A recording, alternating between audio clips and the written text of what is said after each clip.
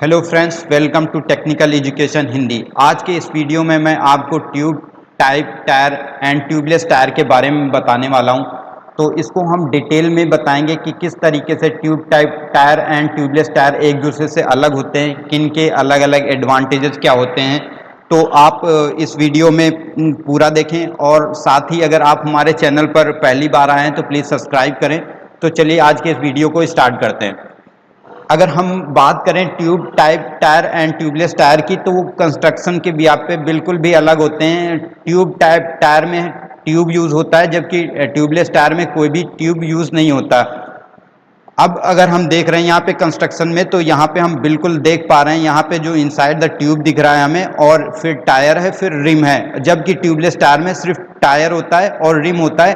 But यहाँ पे क्या है, एयर टाइट सील यूज होती है जो कि इसको एयर टाइट बनाती है। कोई भी यहाँ से एयर का लीकेज नहीं होता है। अगर हम हाई प्रेशर में एयर को फिल करते हैं तो कोई भी लीकेज नहीं होता है। इस तरीके से कंस्ट्रक्शन से बिल्कुल ही अलग हैं। यहाँ पे क्या है, तीन चीजें हैं। एक रिम है हमारा, ट्यूब है एंड टायर है, जबकि यहाँ पे रिम और टायर है सिर्फ। ओके, अगर हम पंचर रेजिस्टेंस की बात करें तो जो हमारा ट्यूब वाला टायर है वो, उसमें जो पंचर रेजिस्टेंस है वो क्या है, कम होता है। वो इजीली जल्दी डैमेज हो जाता है, बिकॉज उसमें जो कहीं भी अगर छोटा सा मान लीजिए कुछ पिन भी लग गया, तब भी वो क्या है, उसका जो ट्यूब होता है वो काफ़ी पतला होता है, वहाँ से वो एयर को लीकेज करता है और जल्दी से ही क्या है, एयर उससे निकल जाती है। बट अगर ट्यूबलेस टायर की बात करें तो काफ़ी थिक लेयर का बना होता है। अगर कोई भी पिन उसके अंदर जाती है तब भी वो एयर लीकेज उसमें काफ़ी स्लो होता है, एयर निकलने का रेट स्लो होता है। तो पंचर रेजिस्टेंस में हमारा जो ट्यूबलेस टायर है वो काफ़ी बेटर होता है in compare to tube tyre. अब एयर रिटेंशन की बात करें तो हमारा जो ट्यूबलेस टायर है उसमें एयर लीकेज क्या है, एयर निकलने के जो रेट है वो काफ़ी कम होती है। अगर हम एक एग्जांपल के थ्रू समझना चाहें तो जस्ट लाइक मान लो एक बैलून लेते हैं, वहाँ पे अगर हम कोई पिन लगाते हैं तो बैलून फट जाता है। तो अब यहाँ पे अगर कुछ ऐसा किया जाए कि जो बैलून के ऊपर टेपिंग कर दी जाए, उसके बाद उस पर पिन लगाई जाए, तो एयर तो बैलून तो फटेगा नहीं, उसके साथ साथ जो एयर के निकलने का रेट है वो भी कम हो जाता है। तो इस कॉन्सेप्ट को उठा के साइंटिस्ट ने सोचा कि क्यों ना इस पे ऐसा किया जाए कि ट्यूब पे ही हम टायर की एक थिक लेयर को चढ़ा दें, जिससे क्या है कि जो एयर को लीकेज का जो रेट है उसको कम कर पाएं। तो इस कॉन्सेप्ट को अडॉप्ट करके जो ट्यूबलेस टायर बनाया गया, जिससे हम यहाँ पे देख पा रहे हैं कि जो हमारा ट्यूबलेस टायर है वो काफ़ी थिक लेयर का बना होता है। यहाँ से अगर कोई पिन भी इसमें लग जाती तो एयर क्या है, काफ़ी स्लो रेट से निकलती है, जिससे अगर पंचर होने के बावजूद भी हम गाड़ी को एक सर्टेन डिस्टेंस तक आसानी से ले जा सकते हैं। बट ट्यूब वाले टायर में अगर कोई भी पंचर लगता है तो बहुत तेज़ी से हवा निकल जाती है और हमें गाड़ी को दूर तक ले जाना काफ़ी ज़्यादा डिफिकल्ट हो जाता है। अब अगर हम बात करें कि क्वालिटी एंड कंफर्ट के मामले में, तो जो हमारा ट्यूब वाला टायर है वो स्लाइटली सॉफ्ट होता है, जिससे वो क्या है, राइडिंग के लिए कंफर्ट होता है। बट जो ट्यूबलेस टायर है वो हमारा बेटर कंट्रोल प्रोवाइड करता है। अगर इन केस मान लो कि पंचर भी हो जाता है, तब भी वो जो टायर होता है उसकी थिकनेस ज़्यादा होती है, जिस वजह से वो क्या है, बेटर कंट्रोल रहता है। तो हम आसानी से क्या है, कुछ दूरी तक गाड़ी को ले जा सकते हैं। अब अगर मेंटेनेंस एंड रिपेयर की बात करें तो जो हमारा ट्यूब वाला टायर है उसकी मेंटेनेंस एंड रिपेयर इजी होती है, कम कॉस्टली होती है, बिकॉज उसमें एक ट्यूब होता है। अगर ज़्यादा डैमेज भी हो जाता है तो हम ट्यूब को रिप्लेस कर सकते हैं। बट ट्यूबलेस टायर में हम बिल्कुल भी ऐसा नहीं कर सकते। अगर कोई बड़े साइज़ का पंचर हो जाता है तो यहाँ पे क्या है, हमें टायर को ही रिप्लेस करना होता है, क्योंकि हम एयर के लीकेज को वहाँ पे बिल्कुल भी नहीं रोक सकते हैं। तो अगर मेंटेनेंस एंड रिपेयर के मामले में देखें तो ट्यूब वाला टायर हमारा ज़्यादा बेहतर होता है ट्यूबलेस टायर के कंपैरिजन में।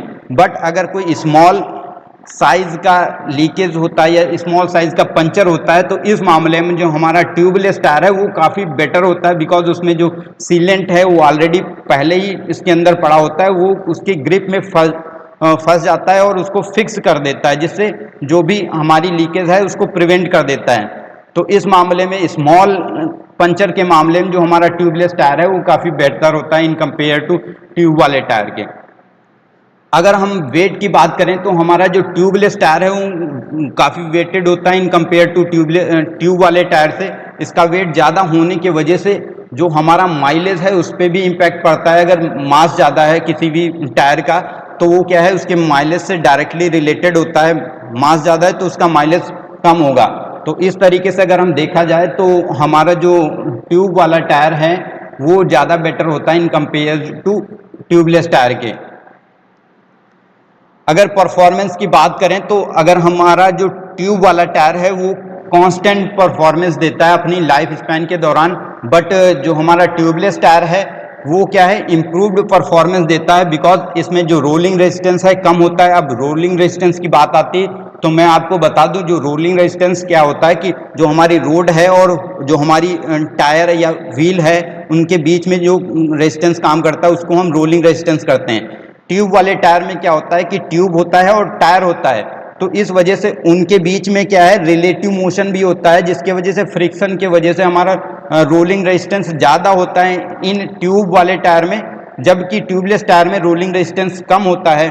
इसके साथ साथ जो हमारा ट्यूबलेस टायर है उसमें बेटर ग्रिपिंग होती है, और क्या होती है कि इसमें जो लोअर प्रेशर पर भी हमारा जो ट्यूबलेस टायर है वो बेटर तरीके से मूव करता है, चलता है।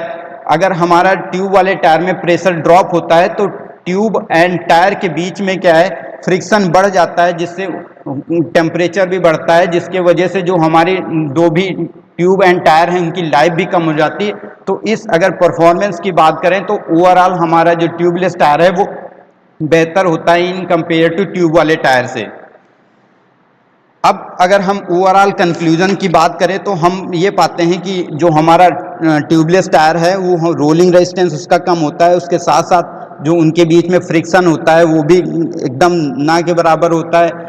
और उसके साथ साथ अगर हम ईयर लीकेज की बात करें तो हमारा ट्यूबलेस टायर में ईयर लीकेज काफ़ी स्लो रेट से होता है, जिससे हम आसानी से क्या है कुछ डिस्टेंस तक गाड़ी को ले जा सकते हैं और उसमें कोई भी डैमेज नहीं होता। अगर हम ट्यूब वाले टायर में ऐसा करते हैं तो हमारा ट्यूब पूरी तरीके से डैमेज हो जाएगा, तो हमें नया ट्यूब डलाना पड़ेगा जो कि क्या है कॉस्टली पड़ेगा हमें। तो इन सब पॉइंट ऑफ व्यू में हमारा ट्यूबलेस टायर काफ़ी बेटर है इन कंपेयर टू ट्यूब वाले टायर के। अगर हम ड्रॉबैक की बात करें तो जो हमारा ट्यूबलेस टायर है वो उसकी फिटिंग जो है वो काफ़ी प्रॉब्लम होती है। उसकी फिटिंग कराना एक स्पेशल स्किल वाला बंदा ही कर सकता है। अगर फिटिंग सही से नहीं होती तो या तो टायर डैमेज हो जाता है या फिर चांस होते हैं कि जो हमारे रिम के डैमेज होने के। तो इस वजह से जो फिटिंग की इसमें प्रॉब्लम्स आती हैं। उसके साथ साथ अगर कोई बिग साइज़ का पंचर होता है तो हमें टायर को ही रिप्लेस कराना होता है, उसका कोई भी मेंटेनेंस नहीं कर सकते, तो ये भी एक कॉस्टली टर्म है। अगर हम बात करें कॉस्ट के बिहाफ पे तो जो हमारा ट्यूबलेस टायर है वो कॉस्टली होता है इन कंपेयर टू ट्यूब वाले टायर के। तो इन सब पॉइंट ऑफ व्यू में हमारा जो ट्यूबलेस टायर है वो क्या है उसमें कुछ ड्रॉबैक्स भी हैं।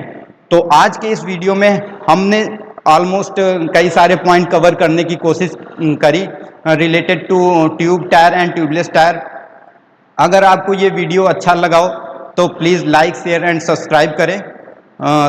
आज के इस वीडियो में बस इतना ही। तो चलिए नेक्स्ट अगले वीडियो में मिलते हैं एक नए कॉन्सेप्ट एंड नए वीडियोस के साथ। Thank you.